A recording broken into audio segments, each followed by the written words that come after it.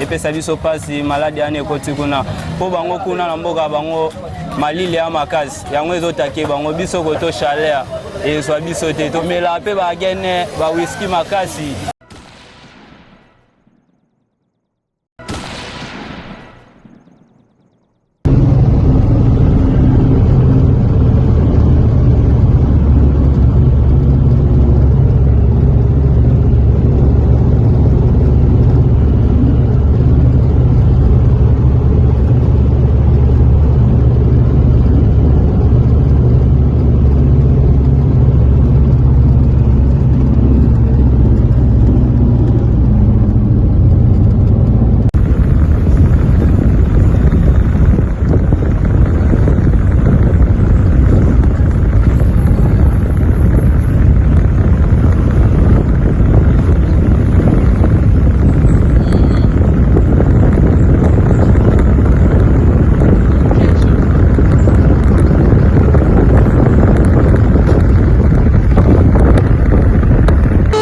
Sur notre site clébois.com. Vous voyez comme il y a derrière moi la route pour aller à Bandundu.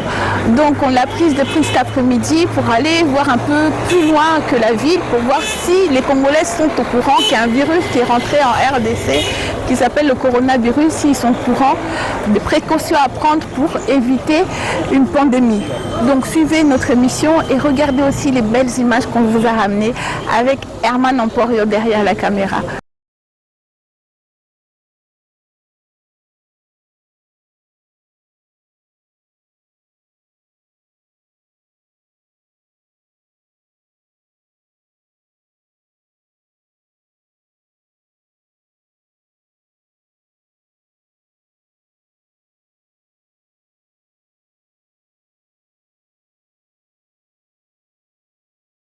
Awa toza na kati ya pont ya Maindombe, c'est ça?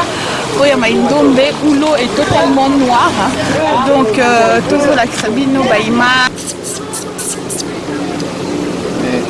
C'est la terre. Ma bella ils ont moins de terre. Ils ont de matage. Matage, ouais, matage.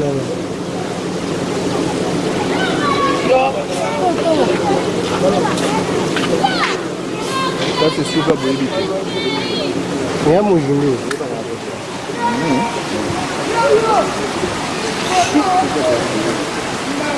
Mais si on tient la coupe maillot et bimi pembe.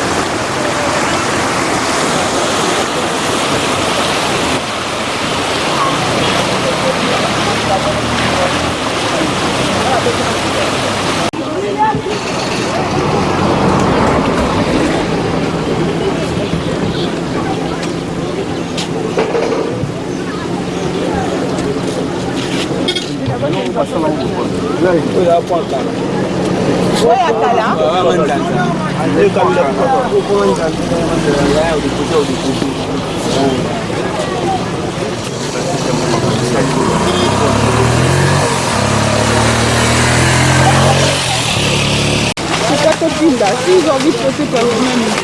Il a nagé à contre-courant. Ouais, c'est dur, hein? C'est dur de nager.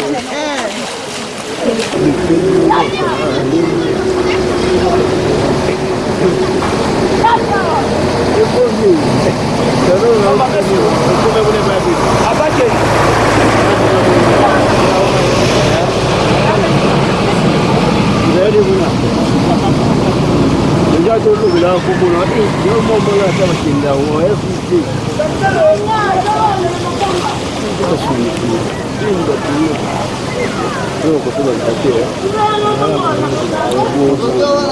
D'accord.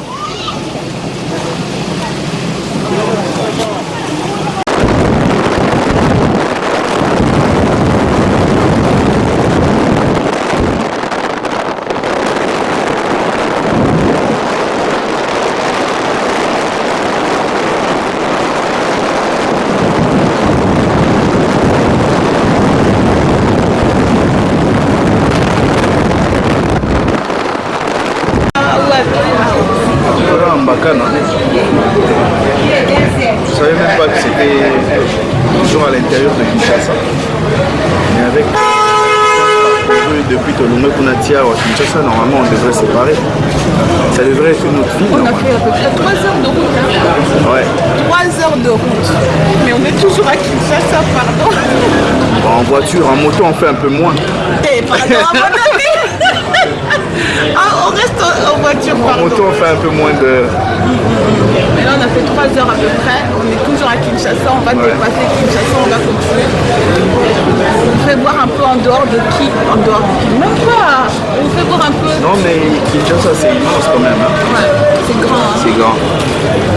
C'est grand. Je me pose la question si le bourgmestre de Maluku, parce qu'ici on est dans la commune de Maluku, s'il a du temps de venir jusqu'ici, il doit être très fort. Hein.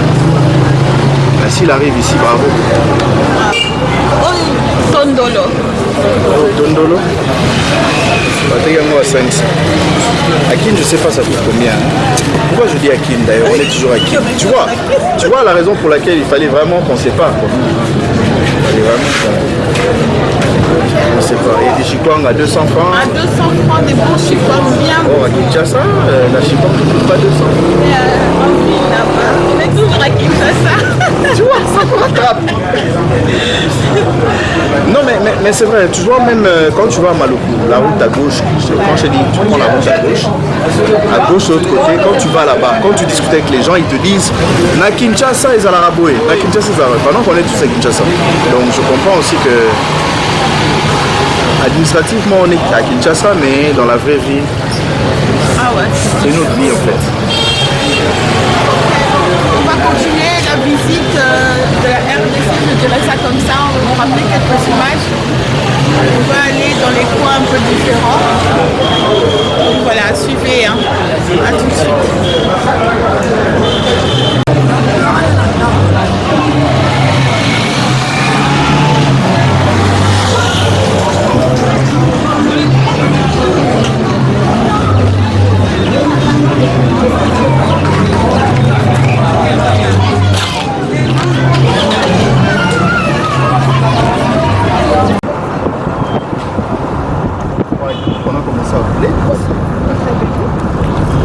En montant, c'était une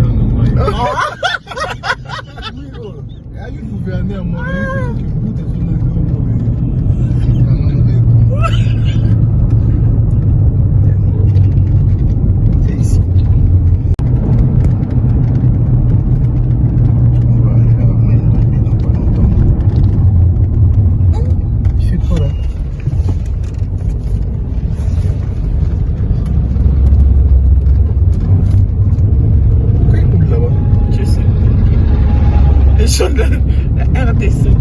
Il a changé lui-même de fois.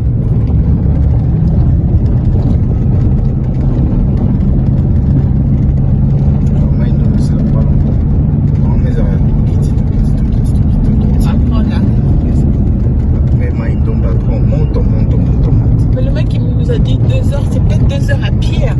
Oui. Non, pas 2 heures. Pas 2 heures en voiture. Ah, 2 heures en voiture, tu sais qu'est-ce que ça représente? C'est pas 2 heures. La famille, ils sont en train de manger.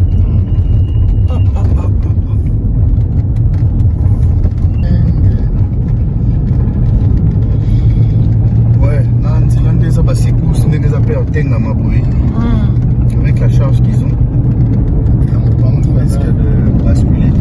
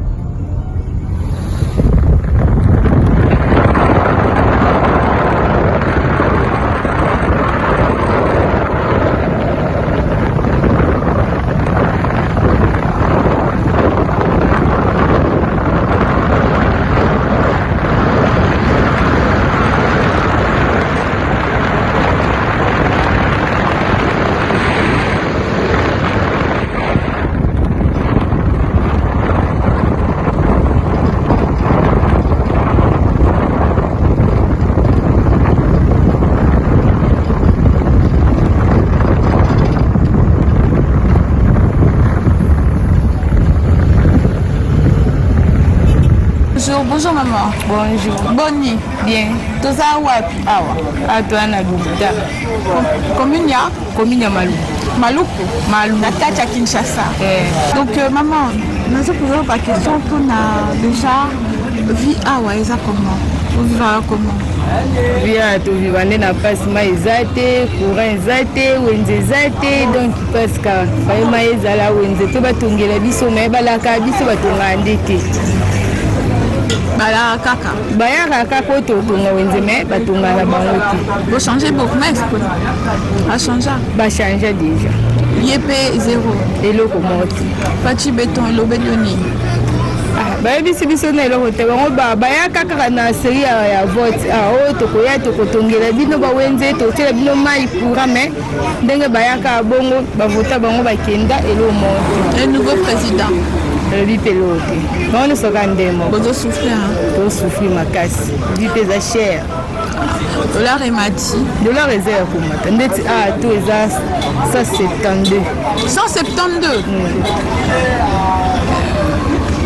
alimentation pe mati mapa pe mati te mapa eza na oka 200 mais badimine nde volume badimine volume ndenge ezalaki monene eza esi monene te ekomi moke mati nde te ekomi nde moke makasi amplis eya esi mingi te donc ekomi oya mokie mpona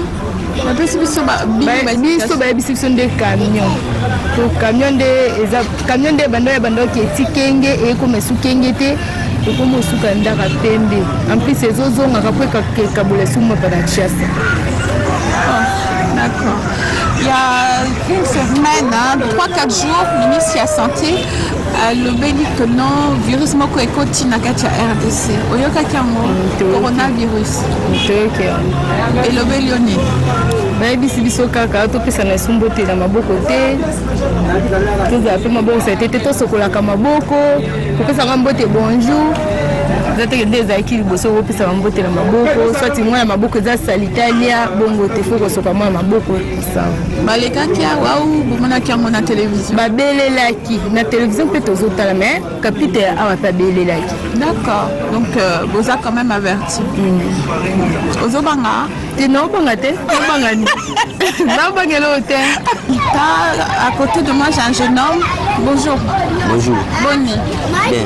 Bien ou bien cara bien? Bien. Otika essence, c'est ça? Oui. Comment on a? Chris. Toye awa na bitako to na bino soki oyebi coronavirus. Coronavirus. Je connais ça. Les années. Bon, baada mimi, baada ya wakuma kwenye coronavirus. Baada ya ça va soumer. Oyebi eza malade. Ah oui. Oyebi yango. Ewe kwa kuma coronavirus. Kaka kombo. Oui. Oh, oyebi te ekoti na RDC. Nayebi. D'accord. Oyebi qu'il faut se laver les mains, échapper masque ou autre chose. Oyoka kiango. Ouais. Hata batafuna watu zote na WhatsApp watu ndio. Batu bourgmestre yawa. Bourgmestre ou batu kaka? Batu kaka. D'accord. Entre vous, information et l'équipe bien. Normal. Ozobanga. Obanga ti. Ozobanga te pona. Moi on a vu kaka ezolonga ti. Ah bon? Pourquoi ezolonga ti?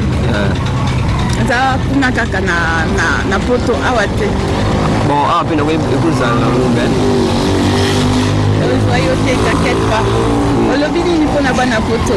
Pona bana poto bon. Obini il est partout. En Chine, en Italie, en Portugal, partout ils allaient. Bon, on a fait qu'en Chine, ici, il y a pas besoin de se baser dans le cas. Oh, mais oui, bien te. Donc il est encore en tout en fait. Oui, bien Loba, excuse-moi Chris, Loba. Il y a qu'en Chine, ici. Maintenant, on va commencer la main. Il y a une formation dans la Chine, on est ici la Chine. Donc toujours dans la commune de Maluku. Bonjour papa. Bonjour. Bonne nuit. Ça va bien. Coronavirus c'est le bélioni. Et puis ça biso passe pena, ce côté na Congo to suka. On a eu écouté déjà. Na Monique écouté. Oh, Monique écouté comment? Koto yoki ke batumi bale ba kota ki abokanga bango. Ministre Alobaki.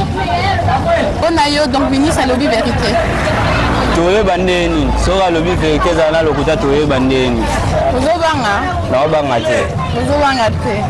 Ozabino te. Et ça biso te. Na biso la Congo to ana nzambe na biso eso biso te. To ana nzambe na biso eso biso te. Olobini ni pona bana poto. Pona bana poto, epesa biso passe. Epesa biso passe maladi ane koti kuna. Po bango kuna na mboka bango malili ya makasi. Yango ezotake bango biso koto chaleur. Et so biso te to mela pe ba gene ba whisky makasi. To mela ba whisky makasi. Nzambe na biso awazana na biso. Et so biso te. Très beau.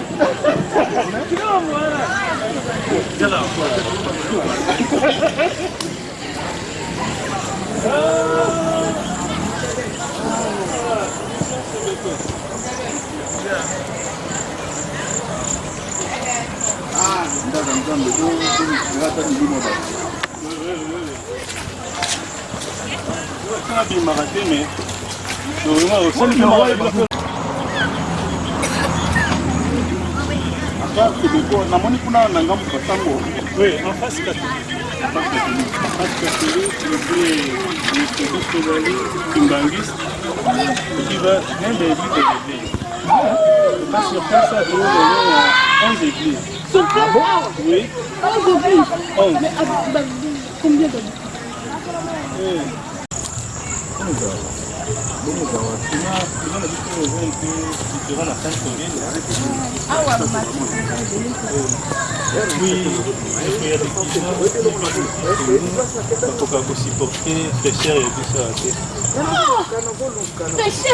oui.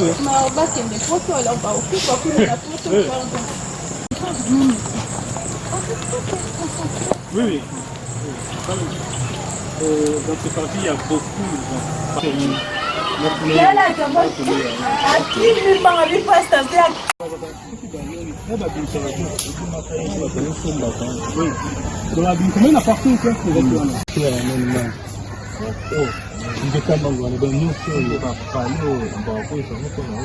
Non, en fait, Bango a juste la limite.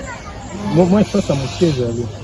Et bon, comme la commune, on était en côté Bakuba, bakala babiyo mpona kolona mpona kolona mbala bato na ata kolona masambo ebotaki penda kaka ebotaki makasi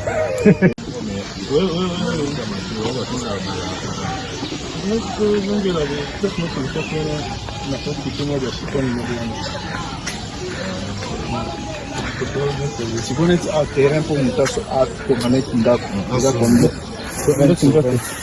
ok ndeti mpa na nga oyo lipango eza ya nga nasombaki yango bon nga nakoka na beteli bapi na zelo oyo nasomba yango na $350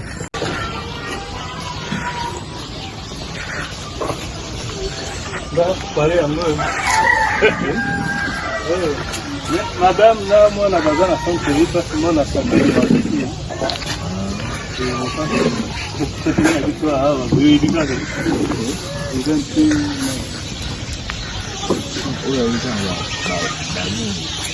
C'est bien. Bon, c'est ça, il y a ma belle, mais Batiena, non, en fait, chef du quartier. Oh, bah, on a capita. Mon déplacement, on habite à Babé, on a capita. Capita, habite à 4 km après Bissoboé. Le capita, je sais pas. Voilà, il y a bateau babele là, il y a bateau babele là. Il y a bateau babele là, oui, il y a capita. Un rôle, mon chef du quartier. Non, il y a dans la chef du quartier. Bonsoir, bonne. En fait, il y a Moussa Nezanine. Ce que ça, soit réunion, moko ya mboka, mon information, moko, il y a Moussa Nekobele là. Porte-parole. Oui, comme porte-parole. Ah, ok. Des fois, chaque samedi, ça passe à Longo. Et moi, la vendredi, Boutou, capitaine de Bélé là. Nobi, Nangonga, Boué, Chalongo. Ok. Un terrain comme ça peut coûter combien, Pasta? C'est ce que je viens de dire tout à l'heure. Celui-là, à peu près pour avoir une taille. 500, hein? $500. Bon, ça dépend quand il y a du solopé. Du solopé, ok. Terrain 20 sur 20, c'est une mise à 1000. Même quand on a avec un an, prix 1000. Mais bon, ça là, c'est déjà au côté. Bon, on a goûté. Un angle qui passe là. Pasta, on va aller nouveau. Oh, maman, bon.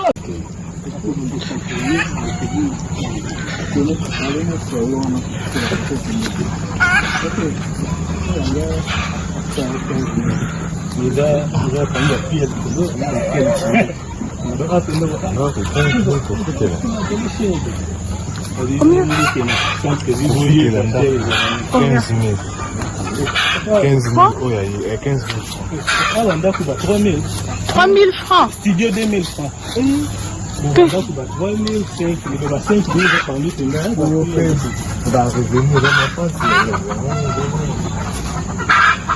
Non, comme ça, nous allons faire ah, finalement, ça va faire la plus, il va dire.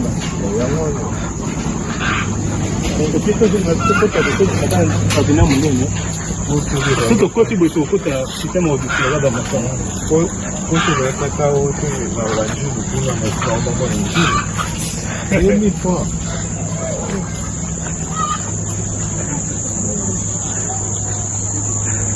Una ba ofi mo bi do na ona ba. 2000 francs vite mo studio non.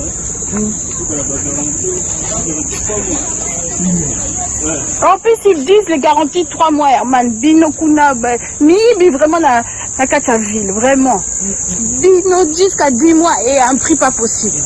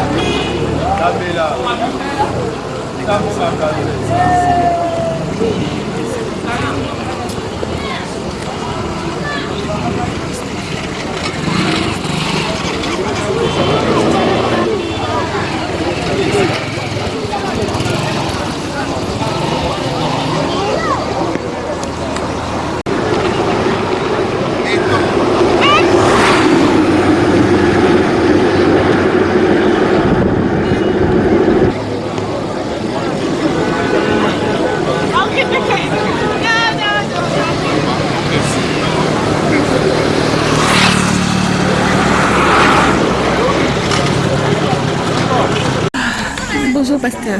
Dadi. Oui, bonjour. Bonne nuit. Oui, ça va très bien. Ah ouais, tout ça va. Et ah, tout ça précisément na Mboka Polo, na plateau Bateke. Plateau Bateke. Combien d'heures de Kin, de la centre-ville? Tout ça, Kaka na Kinshasa. Oui, Kaka na Kinshasa, il y a 87 km. Il faut na niveau Pascal, pour commencer à rouler bien 1 heure, même 1 heure du temps. Ça dépend quand on est rouler. D'accord. Pasteur Dadi, vous vivez comment Awa Nakatia, est-ce une ville, quartier? Ok. Ah oui, bon, en principe, vous avez la commune à Maluku. D'accord, oui. Ok. Donc, Mboka Polo, mais bon, il y a un village, mais Nakatia, commune à Maluku. Bon, il vivra comment? Oui, bon, on va vivre plus dans Bilanga. Ok. On va vivre plus. Et là, dans le métier pendant ça, que va vivre bien à Bilanga. Dans la Bilangande, va vivre. Colia va peut-être bien. Bon. Colia, on a vu ça. Oui. Tout le monde va d'accord. Ah ouais, tout ça devant mission CBC. Mission CBC. Donc, on a ici Canada. Pasteur responsable de la mission. Parce qu'on a 4 missions, école des allées et puis centre de santé Péza. Centre de santé Péza. Oui, il juste non loin d'ici 4 allées. D'accord. Maïza bien Awa. Bon, malheureusement, Maïzate, Maïzalité, courant Pézate. Courant Pézate. Courant Pézate. À la commune de Kinshasa, 87 km. 87 km de la ville à Kinshasa. Maïzate, courant Pézate. Mais comment vous faites? Oui, bon, pour ça, la piste, panneau et puis, bon, comme l'église, c'est aussi la piste groupe électrogène. D'accord. Pour la maille. Bon, pour la maille, tout ça, on est dans la période d'amboula. Pendant que l'amboula, les autres tendaient toujours pour stocker maille. Et dans le moment, il y a presque 7 km de biso, il y a puits. La source plutôt, on est à côté de bidon. Ok, très bien. Pasteur Dadi, au lieu que le coronavirus est coach na kati ya RDC. Oui. Nous va pasteur vous saluer par rapport à Banimino.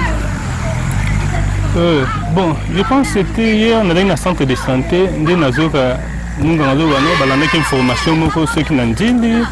Les gens qui ont un hôpital, ils ont déjà détecté le coronavirus déjà. Mais est-ce que vous avez besoin d'informations kaka on a Moutou lobby ou Moutou s'est déplacé ici pour le Bango? Bon, en fait, nous avons une information qui les gens qui ont déjà le coronavirus à Nambo Cannabis RDC. D'accord. Banimino, Bayete, pour base d'informations pour plus parler. La vie continue quand même. Oui, la vie continue. Bon, peut-être comme ils ont aussi cannabis. Ok, pasteur. Qu'est-ce que tu veux dire par rapport aux gens qui te suivent, Bana Poto, Banakin, derrière la caméra? Ok, bon.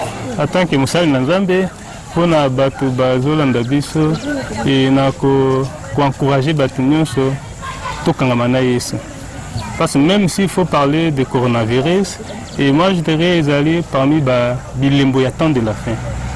Parce que tala coronavirus yango ndenge eyeli na ndenge ezopanzana, il faut epesa biso mayele toyeba kobongama. Parce que malgré coronavirus, tobosana te bientôt retour à Jésus-Christ. Et ceux qui se préparent pour la surprise. De l'autre côté, on a vraiment éviter distraction. Parce que comme nous dit la Bible, Mouyibi à la raté. Donc Tommy Lengela, pour la rencontre à Christ, je pense, même présence à coronavirus, ils ont un impact noté par rapport à Tommy Lengela pour le retour à Christ. Très bien.